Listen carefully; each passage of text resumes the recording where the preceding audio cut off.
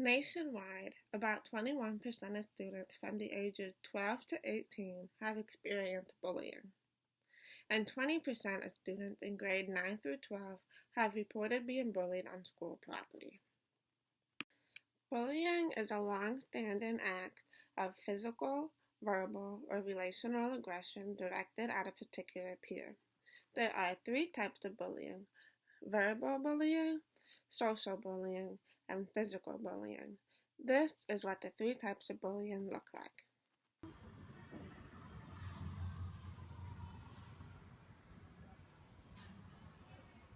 Oh my gosh, did you see Fiona at practice today? Like, she was so bad.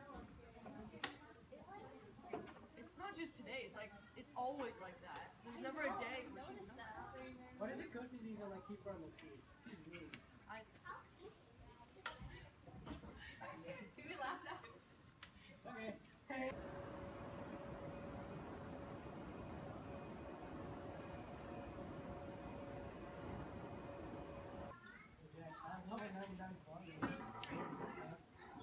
Hey guys, could I sit right here? No way.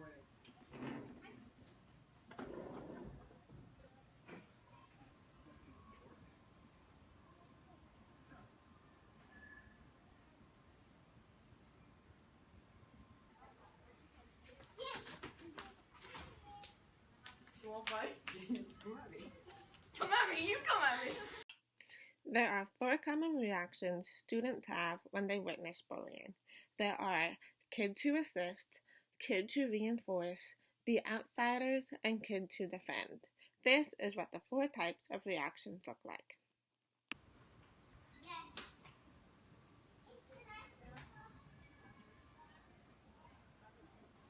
Jack, I'm going. Oh.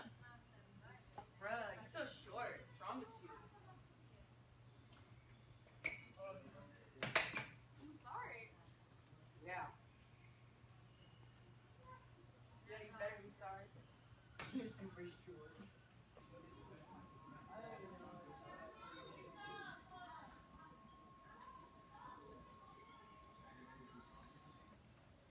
You're wearing long socks. What are you doing? What type of drink? What type of drink is that?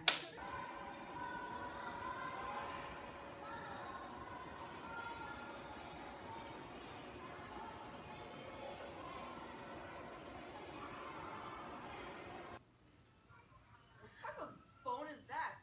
It's like the new update of the freaking block phone. Like, how much did your parents pay for that? Like $5 or something?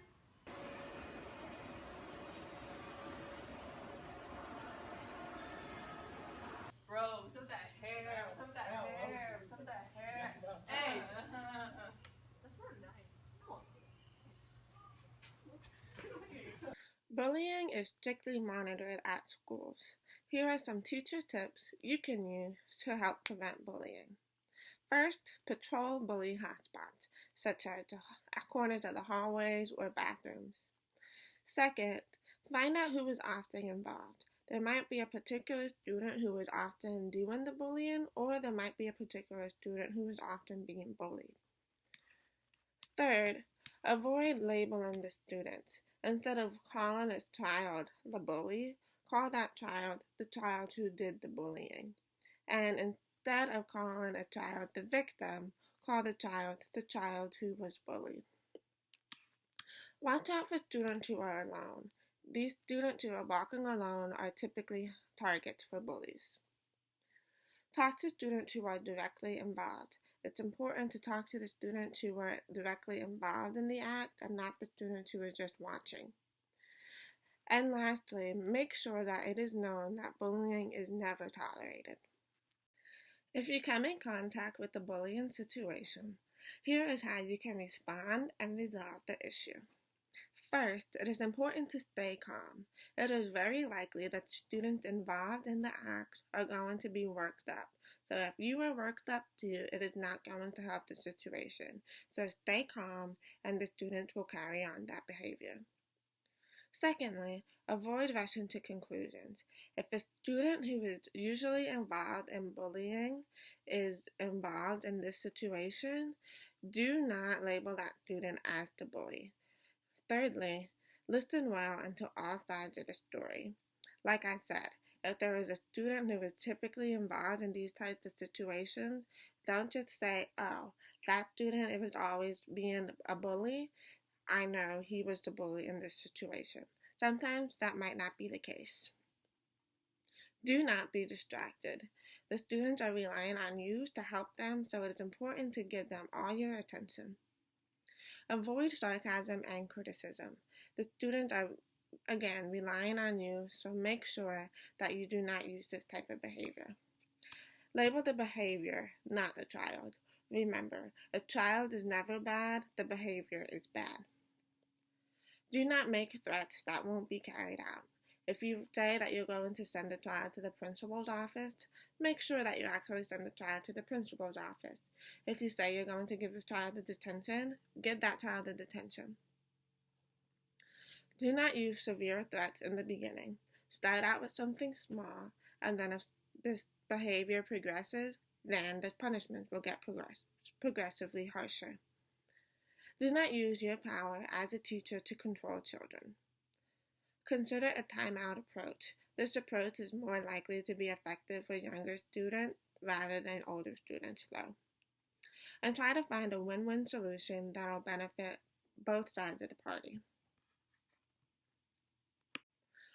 Ultimately, the best way to prevent bullying is by radiating positivity. For example, adopt a catch them being good philosophy. This means instead of constantly catching a kid doing something wrong, catch them doing something good and compliment that good behavior. Offer small rewards, such as adding 5 extra minutes of recess if someone does something good in the classroom. Have the same reward system present outside of the classroom too.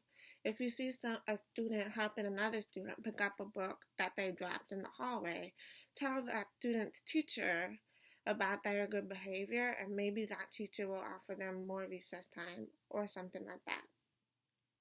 Educate students on what good behavior is. On the first day of class, you should always have some ground rules that you expect to be carried out both in the classroom and outside of the classroom. Remember, each individual has their differences. Every individual is going to respond and react to a situation differently, so it's important to remember that. Respond to students' self-reports of good behavior. If a student comes and tells you they hit a home run at their baseball game, compliment them. And lastly, try introducing a student personal journal. Make sure they know that this journal is completely private and you will not read it unless they want you to.